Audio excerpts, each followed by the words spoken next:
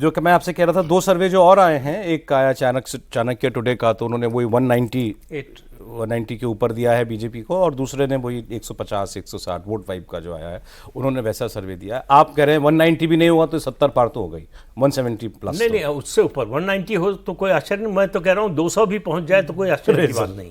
हाँ, आप देखिए, मतलब ममता बनर्जी को उस हालत में एंटी इनकम्बेंसी किस में भी थी, 215 सीटें मिली।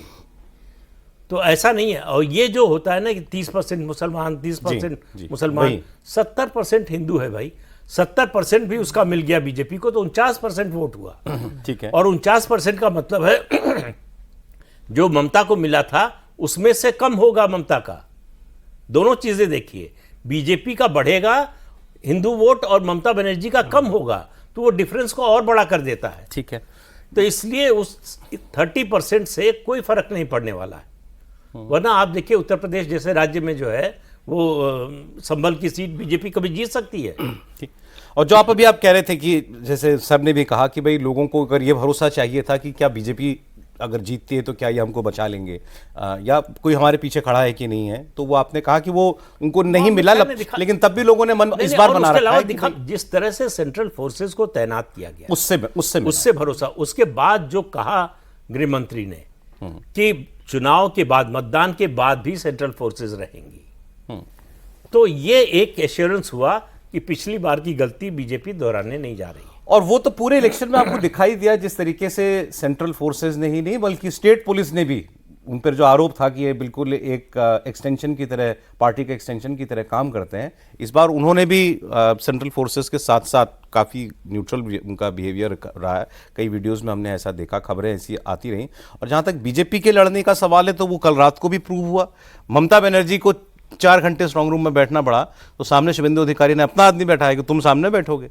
1 इंच कोई जगह स्पेस देने के लिए ममता बनर्जी की पार्टी को बीजेपी कहीं छोड़ नहीं रही है। बिल्कुल सर। और जैसे मेरा अपना ये मानना रहता है कि किसी भी एग्जिट पोल से ज़्यादा अगर आप पॉलिटिकल पार्टीज़ के अंदर के फीडबैक को लेना तो उससे ज़्यादा भरोसेमंद कुछ नहीं होता है, क्योंकि हर बूथ पे उनके वर्कर महीनों से रहते हैं। और बीजेपी जैसी पार्टी तो 3-3 4-4 महीने से लोगों को वहाँ पे कैंप कराई रहती है, और इतना बड़ा फोर्स होता है, तो उसमें जो अगर प्रोजेक्शन के लिए वो डाटा ऑन रिकॉर्ड आके भले कुछ बोल दें, अंदर खाने सिस्टम को पता होता है कि फिगर कहाँ जा रहा है। तो दोनों पक्ष को अगर आप देखें, बीजेपी और टीएमसी को, तो एक चीज़ एकदम आपको समझ में आएगी कि बीजेपी का कॉन्फिडेंस लेवल गजब का है और टीएमसी दबाव में है। और टीएमसी वाले ये ज़्यादातर आपको कहते हुए मिलेंगे, उनसे जुड़े हुए लोग की नेक टू नेक जा रहा है, ठीक। और बीजेपी वाले इतने कॉन्फिडेंस में कि वो ये बताने में लगे हुए हैं कि टीएमसी ने क्या क्या गलतियां की, कहाँ कहाँ चुनाव टीएमसी से खराब हुआ। दूसरी चीज़ कि सौरभ, पहले फेज के बाद जब बीजेपी में टॉप लेवल पे कुछ आइडियाज़ आए बाहर से, टॉप लेवल पे डिस्कशन करने के लिए कि सेकंड फेज के लिए ये करना चाहिए, तो सीधे ये निर्देश दिया गया कि कीप इट सिंपल। पहला फेज में जिस प्रकार से हम लोग आगे बढ़े हैं, कुछ भी एक्सपेरिमेंट करने की ज़रूरत नहीं है, हम लोग बहुत आसानी के साथ बहुमत में जा रहे हैं। तो जब आप फ्रस्ट्रेशन में होते हो, दबाव में होते हो, तो बहुत कुछ ट्राई करते हो, बहुत कुछ उठपटांग बोलते हो, जो कि टीएमसी करते हुए नजर आ रही है। बीजेपी एकदम कूल कमांड।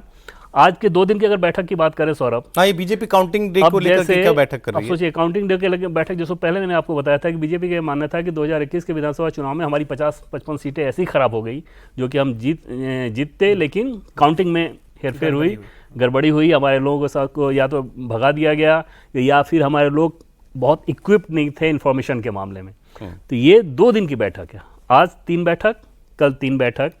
एक बैठक में लगभग 30 विधानसभा के 6 लोगों को बुलाया जा रहा है, और उनको बुलाकर भूपेंद्र यादव, जो कि 16-17 राज्यों में प्रभारी रह चुके हैं, चुनाव प्रभारी, वो बता रहे हैं कि आपको जब काउंटिंग होगी तो किन किन बातों का ध्यान रखना है, बैलेट पेपर कैसे, बैलेट वोट कैसे खुलना चाहिए, उस पर अगर ऑब्जेक्शन करना है तो किस आधार पर ऑब्जेक्शन करें, ईवीएम जब खुल रहा है तो उस पर किस आधार पर ऑब्जेक्शन करें, सामने वाला अगर ऑब्जेक्शन करे तो उसे कैसे न्यूट्रलाइज करें।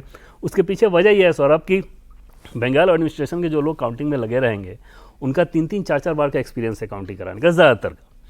दूसरी तरफ बीजेपी के बहुत सारे कार्यकर्ता कई बूथ पे, कई विधानसभा में नए हैं, उनको उस चीज़ का अनुभव नहीं उस तरफ में, तो उनके लिए ये ट्रेनिंग करके 2 दिन की ट्रेनिंग कि काउंटिंग में कोई गड़बड़ी ना हो।